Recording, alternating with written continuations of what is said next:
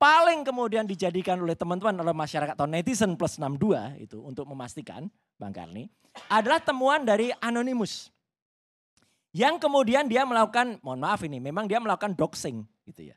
Itu pun saya juga sempat sentil, ya jangan terlalu vulgar lah bukaannya. Karena dia melakukan doxing terhadap Fufafa.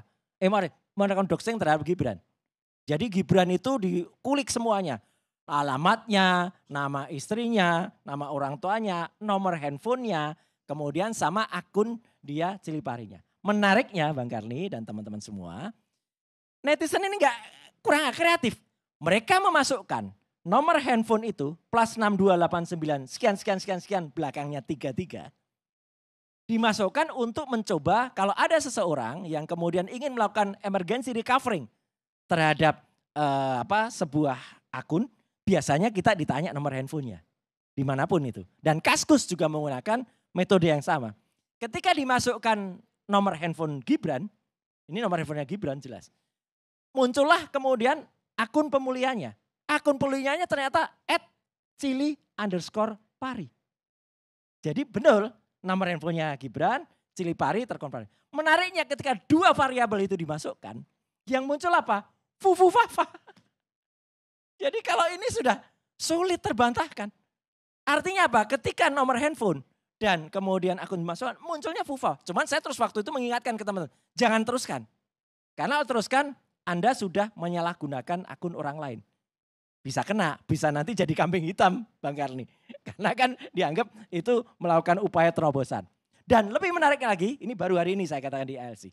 1-2 hari terakhir, ternyata ada seseorang yang kemudian bisa mengubah itu, password itu, masuk ke dalam Kaskus. Orang ini ditengarai adalah orang yang mungkin suruhan dari seseorang yang selama seminggu terakhir itu melakukan upaya penghilangan barang bukti Bang Karni. Fufufafa itu melakukan postingan itu ada sekitar 5.000 postingan. Mulai tahun 2013, 14, 2018 sampai 2020. Itu juga ada. Dan baru dalam seminggu terakhir ada seseorang yang masuk sebelum diketahui itu dibuka oleh Anonymous. Dia sudah menghilangkan sekitar 2.100 postingan. Ini sekaligus saya katakan, ini clue yang sangat bagus untuk Andri Darwis. Andri Darwis itu adalah CEO Kaskus. Ya. Untuk apa? Membuka saja, dibuka aja ke publik atau dibuka saja ke masyarakat atau dibuka ke penyidik. Ada yang melakukan login terhadap Kaskus. Karena dulu ketika kemudian orang bertanya, kan cara mendeteksi seseorang itu gampang Bang Karni. Kita cek pada servernya. Dari server nanti akan ketahuan lognya. Dari lognya akan ketahuan IP yang masuk itu apa. Dari situ bisa ketahuan IP itu menggunakan perangkat apa. Apakah dia wifi, apakah dia dial-up, apakah dia menggunakan metode yang lain untuk masuk akan ketahuan. Dan ketahuan siapa yang berhasil masuk. Oke lah dulu pernah ada, 2014 kan sudah terlalu lama. Gak bisa dibuka lagi Kaskusnya. Oke, 2024 ini ada yang barusan masuk itu seminggu terakhir. Bahkan ada yang 2 hari yang lalu menggantikan nomor handphone yang belakangnya 33 tadi. Ini nggak mungkin kalau bukan pemunya yang ganti handphonenya. Atau orang yang disuruh yang punya untuk ganti. Itu bisa dibuka lognya. Dan satu lagi Bang Karni yang paling menarik. Nggak usah susah-susah dulu kepolisian. Itu kalau mengungkap akun seseorang.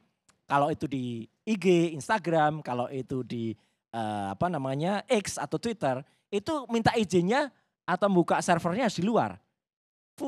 Kaskus ini memang dibuat pertama kali di Amerika oleh 3 orang. Andri Darwis dan 2 temannya ketika menyelesaikan tugas akhir. Semenjak tahun 2006 sampai 2008 ketika habis terkena virus namanya virus Brontok waktu itu. Akun itu server itu dipindah dari Amerika ke Indonesia. Dulu namanya kaskus.us itu country code top level domain untuk United States. Kemudian dipindah ke kaskus.id Indonesia. Jadi artinya servernya itu di Indonesia. Jadi gampang banget tinggal datang ke gak jauh dari tempat kita bicara ini Bang.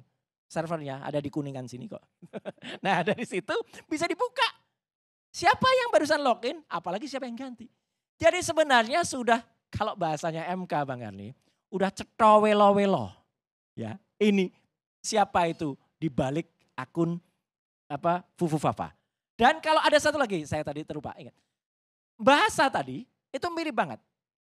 Selain bahasanya sangat kasar, dan kemudian ini menyinggung kita juga ya, karena presiden terpilih Pak Prabowo itu, waduh benar-benar dihina di situ. Ya gitu, karena baik dihina beliaunya, dihina keluarganya, dihina putranya, dihina yang lain-lain. Banyak juga dihina, Pak SBY juga dihina, kemudian Mbak Titi juga dihina, kemudian Mas Anies dihina, teman-teman dari 212 dihina. Bahkan ada 11 artis Bang Karli, itu juga dihina. Mulai dari Syahrini, kemudian Mbak Wanda Hamidah, kemudian juga nama yang ada 11. Bahasanya bahasa yang sangat menurut saya sangat tidak berpendidikan. Nah bahasa itu muncul juga Bang Karli tidak hanya di Fufu Fafa, tapi di akun resmi yang namanya Cilipari. Ketika dia mengunggah keripik produksi dia, yang ada fotonya di foto saudaranya, itu kemudian dia nulis di situ, keripik kemeripik bukan tit gitu ya, belakangnya juga.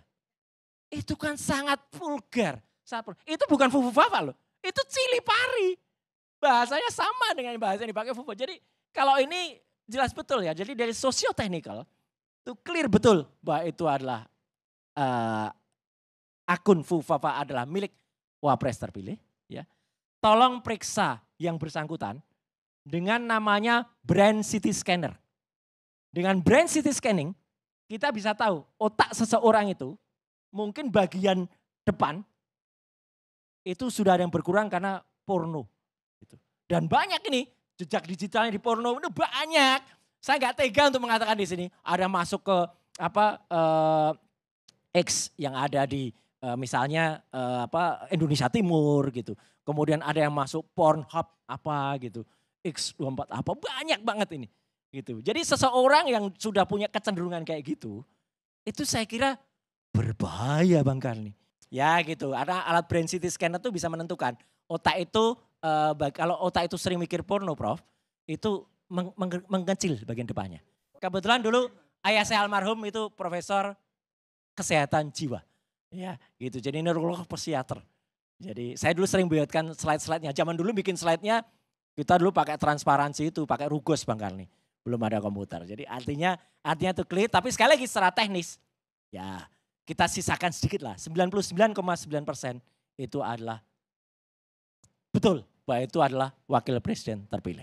Kan banyak orang mengatakan, ini gak bisa dilaporkan, karena kan Undang-Undang ITE nomor 1 tahun 2024, itu revisi dari Undang-Undang 19 nomor 16 tahun 2016 atau revisi dari Undang-Undang 11 tahun 2008, itu kan harus orang yang melapor.